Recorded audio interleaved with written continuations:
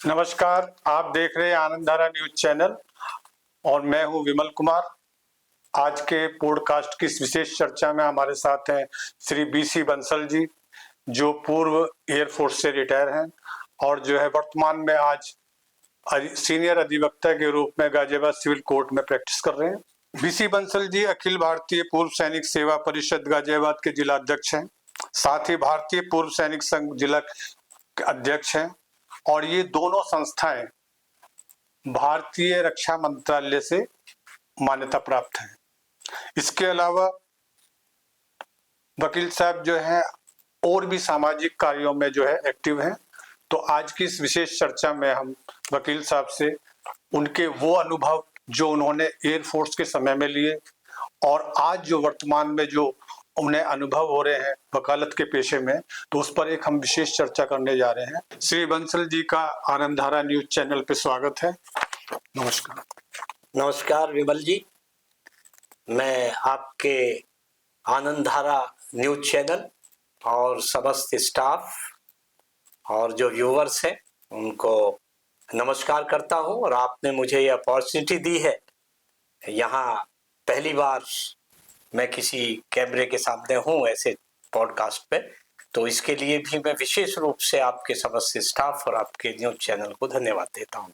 जी साहब। वकील साहब, पहले हमारा ये क्वेश्चन है कि जैसे कि आप एयरफोर्स में आप कार्यरत थे और फिर उसके बाद ये एक ऐसा संगठन है जिसमें राष्ट्रभक्ति और डिसिप्लिन की सारी बातें होती है।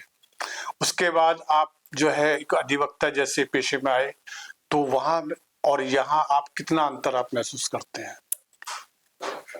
विमल जी, मैंने 15 साल एयरफोर्स में सर्विस की और करीब भारत के 9 स्टेट्स में मुझे रहने का मौका मिला और वहीं से मुझे इंस्पायरेशन मिली कि मैं समाज के जो लोग हैं उनकी कुछ सेवा करूं। तो मेरा ध्येय वकालत की तरफ आया और मैंने वकालत 1994 से जनपद गाजियाबाद डिस्ट्रिक्ट कोर्ट में वकालत शुरू की और अपने पूर्व सैनिक army, navy, air force, coast guard और रिटायर्ड और उनके परिवारजनों के लिए विशेष रूप से, और जो मेरा ग्रामीण क्षेत्र है किसानों के लिए, मैंने काम करना शुरू किया।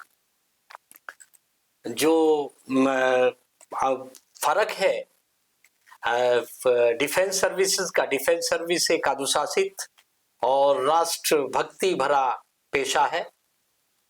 उसने मुझे बहुत कुछ सिखाया है। मैं हर व्यक्ति से जहां भी अब मैं के काम करता हूं तो उन्हीं पैरामीटर्स को लेकर मैं अपने वकालत के पेशे में भी उनको पूरा वो देता हूं कि उसी तरीके से वो क्रियान्वित हों।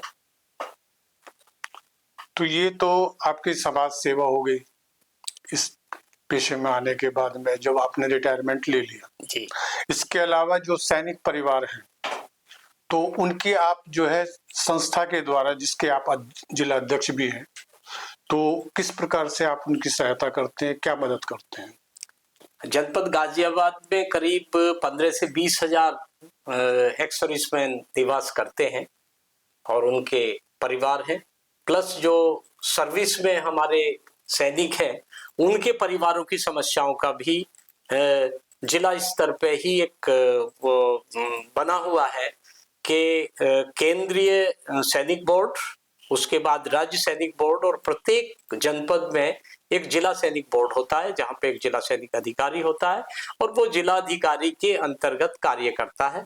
उसके ही समन्वय के लिए रक्षा मंत्रालय से मान्यता प्राप्त कुछ संस्थाएं हैं, जैसे कि अखिल भारतीय पूर्व सैनिक सेवा परिषद और भारतीय पूर्व सैनिक संघ, उनका मैं जिलाध्यक्ष हूँ। और पूर्व सैनिक जन कल्याण समिति एक हमारा एनजीओ है, उसके तहत जो सरकार प्रदत्त कल्याणकारी योजनाएं हैं पूर्व सैनिक और उनके परिवारों के लिए, उनके प्रति जागरूकता पैदा करना और उनको दिलाने के लिए उन्हें सहयोग प्रदान करना, ये मुख्यतः हमारी संस्था का और मेरा उद्देश्य रहता है।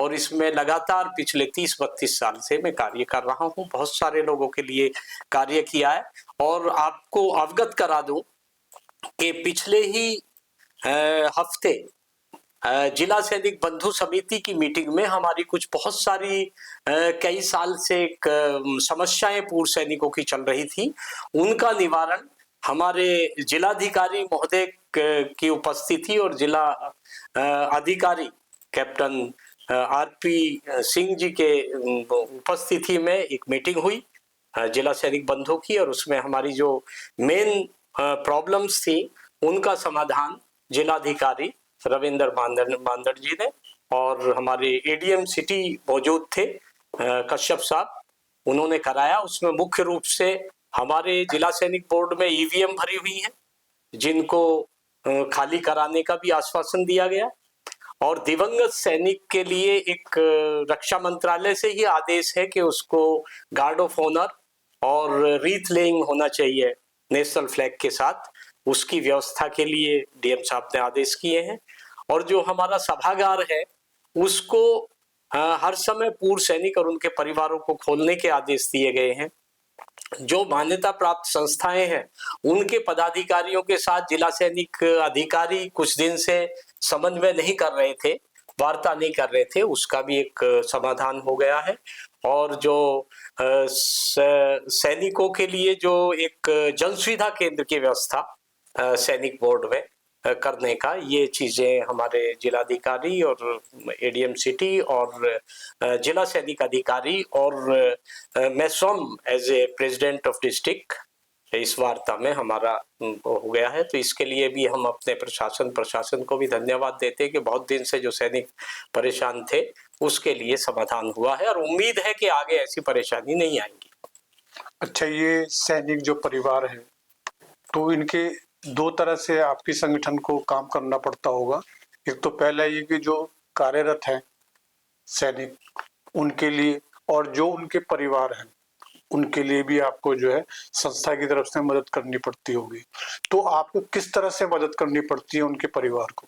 जहां तक सेवारत सैनिकों की बात है वो तो डायरेक्टली केंद्र सरकार और रक्षा मंत्रालय के अंतर्गत आते हैं, उनका डायरेक्ट जिला प्रशासन या प्रदेश से संपर्क रहता है। लेकिन उनके परिवार जो रहते हैं उन परिवारों की जैसे राजस्व से संबंधित कुछ प्रॉब्लम्स है, पुलिस प्रशासन से या अड़ोसी पड़ोसी से कोई झगड़े की बात है तो उनको डेफिनेटली जिला सैनिक बोर्ड में आना पड़ता है।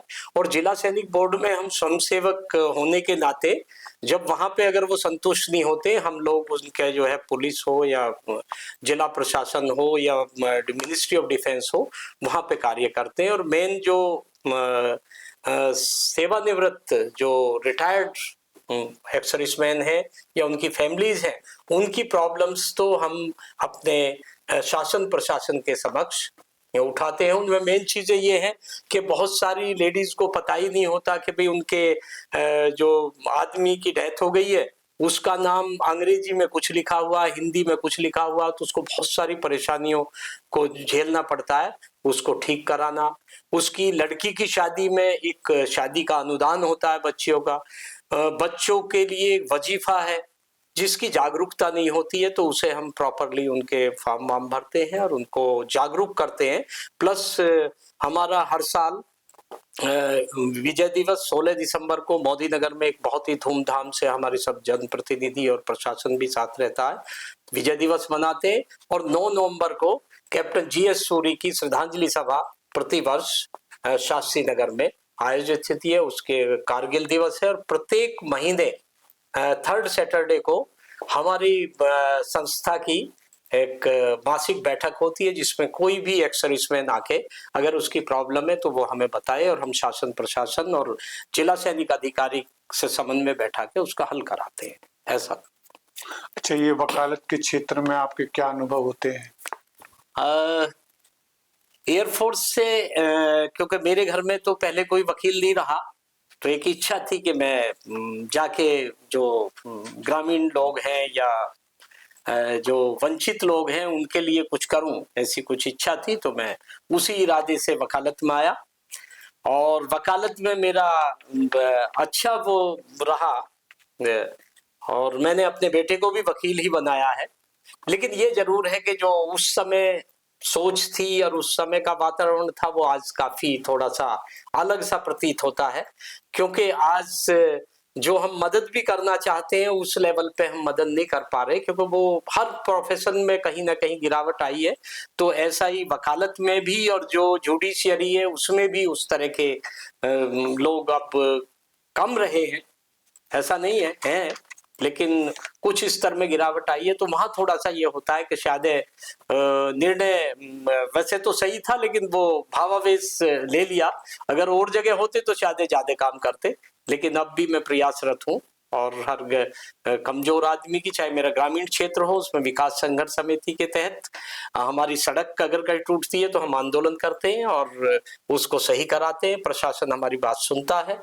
इसी तरह से जो कोर्ट में भी यदि हमारे किसी सैनिक की समस्या है तो मैं उसमें जाता हूं, और लीगल एड भी, और मेरी कंसल्टेंसी तो निःशुल्क होती है कि मैं 24/7 अवेलेबल हूं फौजियों के लिए। जब भी वो मुझे कॉल करते हैं तो मैं उनके साथ रहता हूं। तो ये तो आपका अधिवक्ता वाला पेशा है, और दूसरा सामाजिक आपकी एक्टिविटीज, इसके अलावा आप दो संगठन में जिला अध्यक्ष भी हैं, तो आपको समय निकालने में कोई दिक्कत नहीं आती है?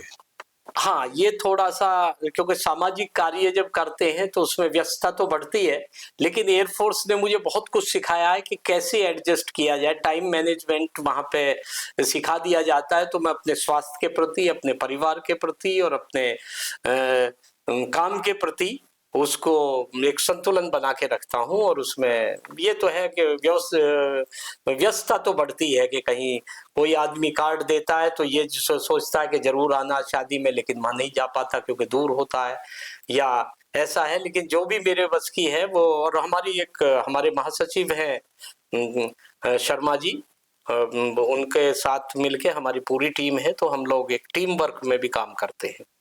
तो कोई संदेश वगैरह हमारे व्यूवर्स को आपको देना चाहते हैं तो?